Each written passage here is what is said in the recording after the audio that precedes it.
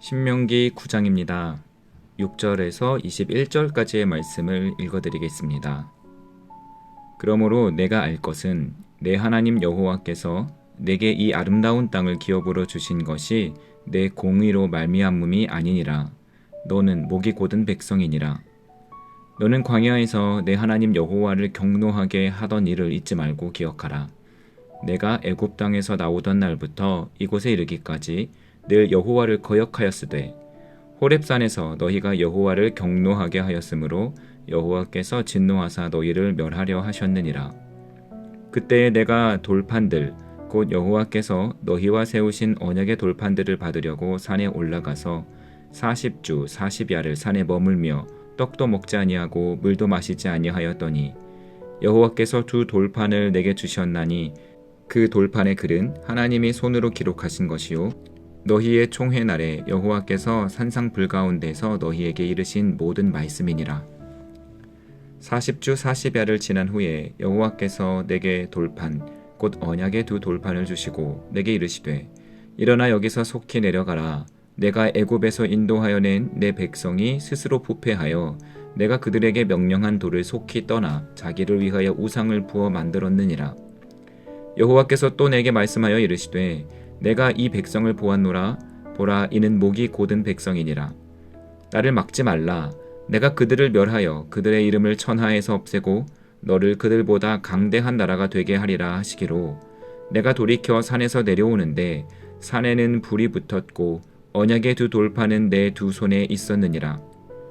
내가 본즉 너희가 너희의 하나님 여호와께 범죄하여 자기를 위하여 송아지를 부어 만들어서 여호와께서 명령하신 돌을 빨리 떠났기로 내가 그 두 돌판을 내 두 손으로 들어 던져 너희의 목전에서 깨뜨려노라.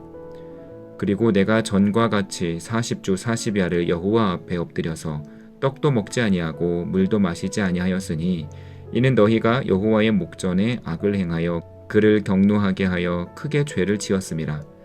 여호와께서 심히 분노하사 너희를 멸하려 하셨으므로 내가 두려워하였노라. 그러나 여호와께서 그때에도 내 말을 들으셨고 여호와께서 또 아론에게 진노하사 그를 멸하려 하셨으므로 내가 그때에도 아론을 위하여 기도하고 너희의 죄 곧 너희가 만든 송아지를 가져다가 불살라 찢고 티끌같이 가늘게 갈아 그 가루를 산에서 흘러내리는 시내에 뿌렸느니라. 아멘. 내게 주어지는 복은 나의 공의로움으로 받은 것이 아닙니다. 내가 하나님의 말씀에 순종했다 하더라도 복을 받기에 충분히 의로움을 갖춘 것은 아닙니다. 우리는 아직도 많이 부족하지만 예수 그리스도의 공로가 나의 불의를 감춰주기에 의롭다고 인정될 뿐입니다. 출애굽한 히브리 백성들은 어떻습니까? 목이 곧은 백성이라고 평가받지만 모세가 끝까지 포기하지 않았기에 가나안에 들어갈 수 있었습니다. 절대로 스스로 공의로웠기 때문에 들어올 수 있었다고 생각하지 말라고 모세는 엄히 경고합니다. 사람들은 견디기 어려운 일을 겪게 되면 내게 왜 이런 일이 하는 생각이 들게 됩니다. 신앙생활에 열심을 냈고 선하게 살려고 노력했던 사람일수록 하나님을 원망하는 마음이 들겠죠. 그러나 원망도 잠시, 결국은 하나님 앞에 죄악이 드러나게 되고 하나님께 회개할 수밖에 없게 됩니다. 의인은 없나니 하나도 없기 때문입니다. 그저 하나님의 선하심에 의지하여 용서를 구하는 것이 우리가 할 수 있는 최선임을 깨닫게 됩니다. 광야에서 이스라엘 백성들의 마음에도 하나님을 원망하는 마음이 들었습니다.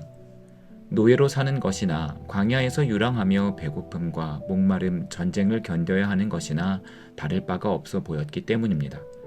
아니, 오히려 노예로 살았던 때가 나았다는 생각까지 들었습니다. 무엇이 잘못되었던 것일까요? 잘못은 이것입니다. 그들에게 가나안이라는 약속의 땅이 준비되어 있음을 믿지 못한 것입니다. 하나님의 계획과 자신의 기대가 달랐던 것입니다. 구원이란 단숨에 좋아지는 것, 최상의 상태가 되는 것, 고생하지 않고 얻어지는 것이라고 무의식 중에 여겼던 것입니다. 위대한 지도자와 우매한 백성의 차이가 여기서 드러납니다. 백성들과 달리 모세는 하나님께 설득의 기도를 합니다. 하나님의 의지에 반기를 드는 모세의 태도나 하나님을 설득하는 논리의 옳고 그름은 2차적인 문제입니다. 기도 안에 녹아들어 있는 백성들을 향한 모세의 사랑이 하나님께 닿았습니다. 그럼 하나님께서 모세의 기도를 들어주셨을까요? 반은 들어주시고 반은 하나님의 계획대로 하셨습니다. 1세대들은 하나님을 원망하고 불순종한 대가로 모두 광야에서 생을 마감했습니다. 모세도 예외는 아니었습니다. 그러나 하나님은 새로운 세대는 가나안으로 데리고 들어가십니다. 민족을 멸하지 않으시고 유지시켜 주셨습니다. 그렇게 하나님은 아브라함, 이삭, 야곱과 맺으셨던 언약을 이행하셨습니다. 하나님은 공의로우신 분이십니다. 공의가 무엇입니까? 악인을 벌하고 의인에게 복을 주시는 것이 공의입니다. 그런데 하나님의 마음에 공의보다 더 크게 작용하는 것이 있습니다. 사랑입니다. 악인에 대한 징벌이 당장에 이행되지 않고 자꾸 지연되는 것은 하나님 안에 있는 사랑이라는 성품 때문입니다. 악인의 벌이라고 하니까 남의 얘기인 것처럼 생각이 드시죠? 하지만 우리 중에 누구에게 악이 없고 죄가 없을 수 있겠습니까?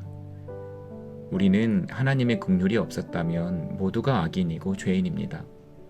우리가 악인임에도 하나님께서 벌을 내리시지 않는 이유도 마찬가지로 하나님의 사랑 때문입니다. 나아가 그 사랑 때문에 죄인임에도 의인이라고 인정해 주시고 복을 주십니다. 죄인에 대한 벌이 연기되고 또 혹은 취소되는 이유에는 크게 두 가지가 있습니다. 첫째는 회개입니다. 예수 그리스도의 십자가 보혈을 의지하여 회개하는 자의 죄를 하나님께서 기억하지 않으시겠다고 하셨습니다. 하나님의 사랑은 형벌에 대한 연기에 그치지 않고 취소로까지 이어집니다. 두 번째는 중보입니다. 중보는 하나님께서 정하신 진노, 벌, 재앙을 유보시키거나 취소하도록 만듭니다. 왜냐하면 중보는 하나님의 사랑을 닮은 행동이기 때문입니다. 하나님께서 중보를 기뻐하십니다. 중보 자체도 기뻐하시고 그 중보의 내용을 귀담아 들으십니다. 중보는 아무리 해도 지나치지 않습니다. 하나님은 사실 모세에게 이스라엘 백성들을 완전히 진멸시키겠다 말씀하실 정도로 또 다른 새로운 민족을 택하여 세우겠다고 하실 정도로 화가 나셨습니다. 그 하나님 앞에서 모세는 백성들과 아론을 위해 중보기도 합니다. 하나님은 모세의 중보 때문에 이스라엘 백성 멸하기를 유보하고 지연하셨습니다. 모세의 중보 덕분에 출애굽 2세대들의 생명을 보존할 수 있었습니다. 모세처럼 하나님의 말씀을 굳게 믿는 믿음이 여러분 모두에게 있기를 축원드립니다. 형제와 이웃을 위해 중보하는 사랑 또한 여러분에게 있기를 축원드립니다. 우리를 위해서 성령님께서 말할 수 없는 탄식으로 하나님께 중보하여 주고 계십니다. 우리도 성령님을 쫓아 형제와 이웃을 위해 나라와 열방을 위해 중보할 수 있어야 합니다. 하나님의 사랑과 모세의 사랑이 만나 수많은 생명을 구하였던 것처럼 우리의 사랑으로 말미암아 많은 생명을 지킬 수 있게 된다면 하나님 앞에 정말 큰 영광이 될 것입니다.